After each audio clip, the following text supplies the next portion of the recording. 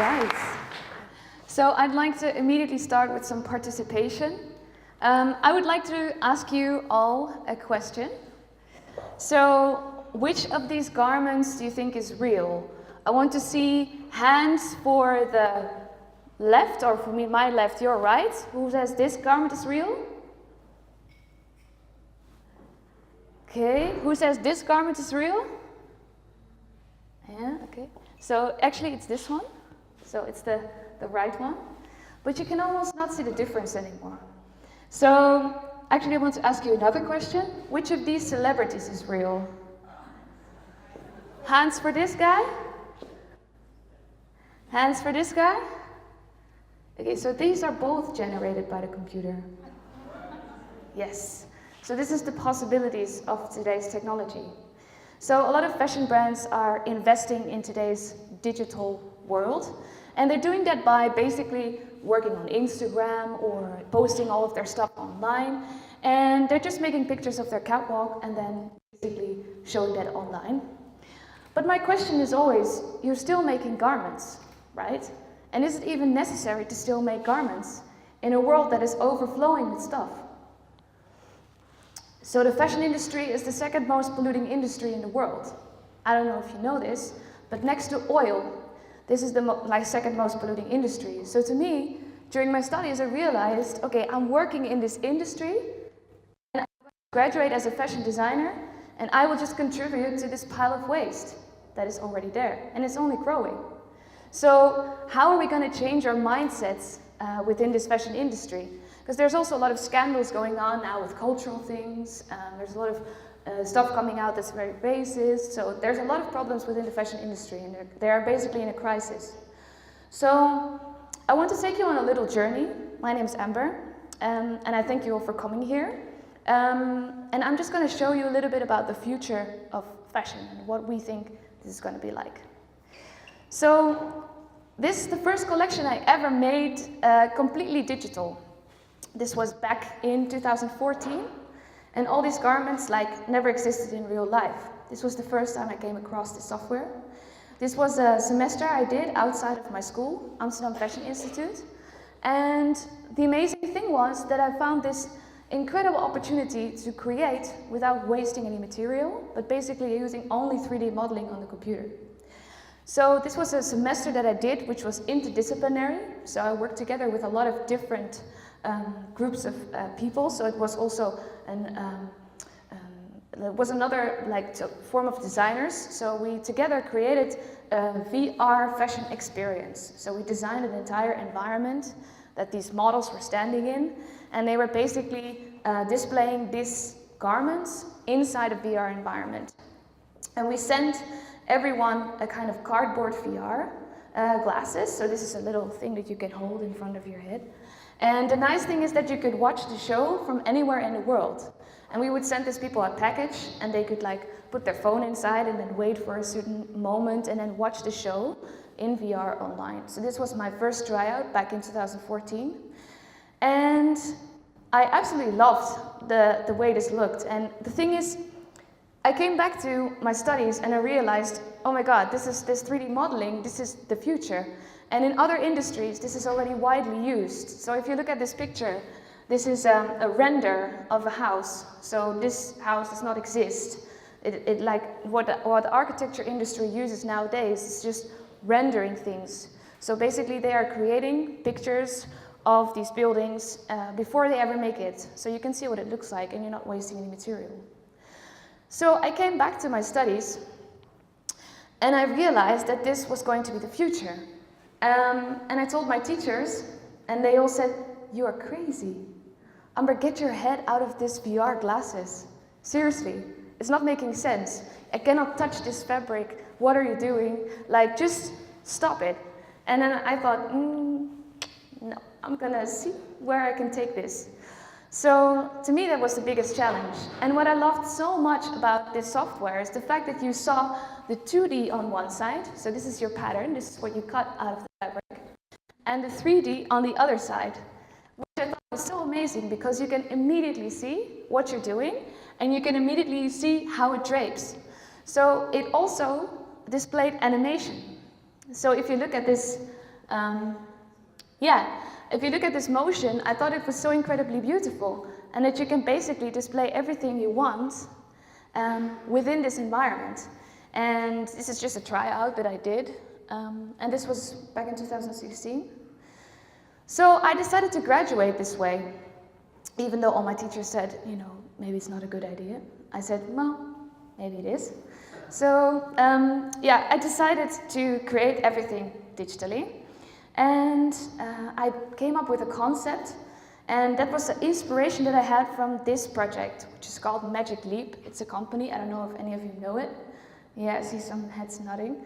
So this is a company that promises a mixed reality future, which is a reality in which we see digital objects flying all around us. And that we can basically compute around us. So it's no longer just in our phones, but it's everywhere. And we can see it with glasses or whatever, maybe even a lens. So to me, this idea was so incredible. And I saw this as an opportunity. So our garments basically have two functions. They keep us warm and they're expressive. So they're functional and they're expressive. And I thought, what if you take these two apart? What if you basically create a base suit that always keeps you warm, that regulates your temperature, that's always nice to wear, and you wear one thing every single day, the same. And then over that, you wear a virtual layer of expression. So you can wear like a hologram that flows around you, so a virtual identity that you carry with you wherever you go. And I displayed this as my graduation collection. And as you can imagine, I'm standing in front of you here now, graduating with 8 outfits, non-physical, 8 digital. So in the end, yeah, I kind of proved everyone wrong, which is great. And this is what it looked like. So I designed this entire installation through which you can see that the model is basically wearing this hologram. So I did this with motion capture, and I didn't do it alone. I never work alone, so I always work with people that help me. So yeah, this was all graduation stuff. And in the end, I showed this collection even on Amsterdam Fashion Week, which was back in 2016. So now on to what I'm doing now, because this is of course a little bit of my history. I'm now working for the Fabricant, and I started this brand together with my co-founder, who's sitting there in the yellow sweater, Carrie. And yeah, together we started the Fabricant, which is a digital fashion brand. Without using any fabrics, we can create clothing. So we're really trying to challenge the fashion industry. This is one of the first projects we did. I don't know if you can see it very well, but this lady is wearing a motion capture suit, and all of her movements are being registered. So she moves, and this goes into the computer. And I thought this was so incredible because it's translating human movement, and it's basically translating that into the computer, and then we could dress that. So we were dressing this digital avatar with digitally created outfits and telling an emotional story. And after we did this project together, I thought, yes, this is the way forward, this is the future. And actually, we want to prove the entire fashion industry wrong. Like, maybe you don't need to make clothes. Maybe you can do it differently. And then right after we started, beginning of this year, the first digital supermodel came out. This lady, which you see here in this slide, she never existed in real life. She is just a model made by the computer, and she has now, I think, 15K followers on Instagram, which is a crazy amount. And she just wears digital garments and she influences. Same goes for this girl. She's called Lil Michaela, and she has 1.4 million followers, and she does not exist. Like, she just doesn't exist. She's nowhere in the real world. She's just only virtual. So you can see what an impact this has. You know, it's crazy. And then we thought, okay, we're in the right way. You know, we're on the right track. So basically what we did is we designed a digital fashion collection, and we used AI for that. So if you look from a distance at these images, they look like catwalk pictures. But basically, if you zoom in, it's only generated pixels. So we used a technology called generative adversarial networks, which is a technology that can generate things. And when you feed it more images, it will create more realistic views. So we fed it images of Paris Fashion Week, and then it generated a kind of catwalk image. So I'll show you what this technology looks like. So this is the algorithm at work. You can see it's running now for 2 days and it's shown like 6 million things, and it gets more realistic once it runs faster. So basically, the longer you let the algorithm run, the more realistic these images get, and the more the algorithm is guessing what is real and what is not. So it's basically constantly asking the question, is this what you mean? And this to me was a very big inspiration. So on this side, this is the images that we used from Paris Fashion Week. And on the other side, there's the generated images by the algorithm. And this basically is what the computer dreamed up. It just created this out of random generated pixels. And I thought this was so inspiring, because where does the computer's creativity end and where does mine begin? And I absolutely love the fact that I could design with this algorithm. So basically, I took the picture of the algorithm, which was this kind of weird pixelated image, and then I created my own outfit from that digitally. So basically, it's like human, computer, and I love this because to me that's just the way forward, because we can use AI to get further than we've ever gone before. So in the end, this resulted in the first digital fashion show. And we created the entire environment, the things, the model walking, the fabrics. We designed everything digitally, so this never existed. And the nice thing about it is that you basically can create anything you like. I'm just going to let this play for a sec. We even had an amazing sound designer, but we don't hear that now. So yeah, so it's really hypnotic. If you look at it, it's basically a new way of displaying things, and it's almost hyper real. We're trying to create it almost more beautiful than real life, which I think is quite interesting. We even dressed a horse. You could never have done this in real life, let's be honest. It would be, no animals were harmed in this case. And we were able to show this collection in 3 different places in the same week. So if you think about fashion, it has to move the collection, it has to have models, it has to have makeup artists, everything. And this is an entire production that costs like so much money. And in this way, we were able to show this collection at so many different places and get the same emotion every single time, and really talk to people in all these different places. And we can still show it now. Like, it exists forever in this digital space. So it just lasts. So now that we have this digital fashion brand, we're also working together with other brands. So you're probably wondering, like, how are we making money? Well, this is how we're making money. We basically work together with brands to create collaborations, and from there we create emotional videos for them. So this was a denim line, and this company, Sortie Denim, they created a cradle-to-cradle denim line. So this cradle-to-cradle means that you go from the plant and then to the fabric, and then it can go back into the earth. So it's a very sustainable way of working. And to us, that's super important. If we work together with a brand, we want it to be sustainable. So we created this emotional video for them that they could display as a promotion from this fabric. And basically, we didn't use any material except data. So for them, it was also a new way of promoting. And for us, it was a new way of storytelling. So we're always very interested in this story. And how does it speak emotionally? And how do you get this emotional attachment? Because there's quite some people doing some digital stuff, but I always wonder, where is the fashion in this digital stuff? Like, you really need to talk to an emotion, and that's what we try to do. So this is another project that we did. This was a collaboration with Clo 3D, which is the software that we work with, and a fashion innovation agency in London, and Sadie Clayton, which is a designer. Her jacket was stolen. So this jacket was stolen at an art fair.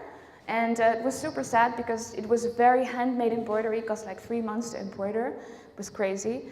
And it was super beautiful, but it was not there anymore because someone stole it. So we decided to recreate it in 3D. And we have a guy that's very technical, Kevin. He's not here, Kevin van Kleef. He does all the technical stuff. And he creates this handwork, like this. You can say that all this digital stuff is not craftsmanship, but it is. because he spends hours and hours and hours on the computer getting these details right. And the same for me. Like, it's a new form of craftsmanship. And in the end, we created this garment. And now it exists forever. So pictures of embroidery. Yeah, so as you can see, like, there's a lot of like digital handwork that we were doing. Another project we did, IT Hong Kong, which is basically a very big retailer in Hong Kong. They sell a lot of clothes, and they decided to go digital. So for their promotional video, they decided to create a digital collection to promote their kind of collection that they were doing. And basically we created clothes that were designed by all kinds of different designers. So this is all kinds of different brands. We put them together in this video, and again we were looking for this emotional storytelling. So we really tried to tell a story of this brand going digital. And yeah, this is what came out of it.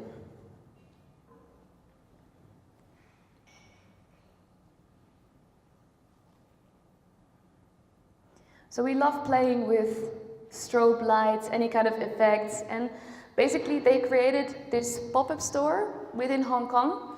This is 3D scanned shoes, so these shoes also are digital. You can do anything with them, they're 3D scanned basically. So what we created for them is we created content for a pop-up store that existed in Hong Kong without any physical clothing. So everything you saw in this pop-up store was digital, and you can buy things from the digital clothing that you saw. So it's a very different way of thinking about retail, and it's a new way because you don't have to stock your entire store with clothes, but you can actually sell them via these digital channels. So we're trying to push that because of course we're against waste, and we want to create a more sustainable mindset. And especially with this as well, new kind of concept, thinking about stores. And this pop-up store is going to travel all over the world. So it's going to be in Paris, it's going to be where else, in Beijing, it's going to be in a lot of places. And you don't have to ship the collection, so that's really nice. So where we're headed, basically, is we really want to change the fashion industry, seriously, because it cannot go on like this any longer. And there has to be new alternatives.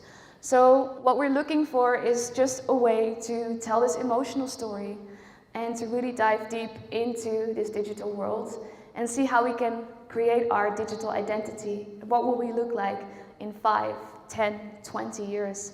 Like, that's the things that we think about. And yeah, we truly believe that clothing does not have to be physical to exist. Thank you.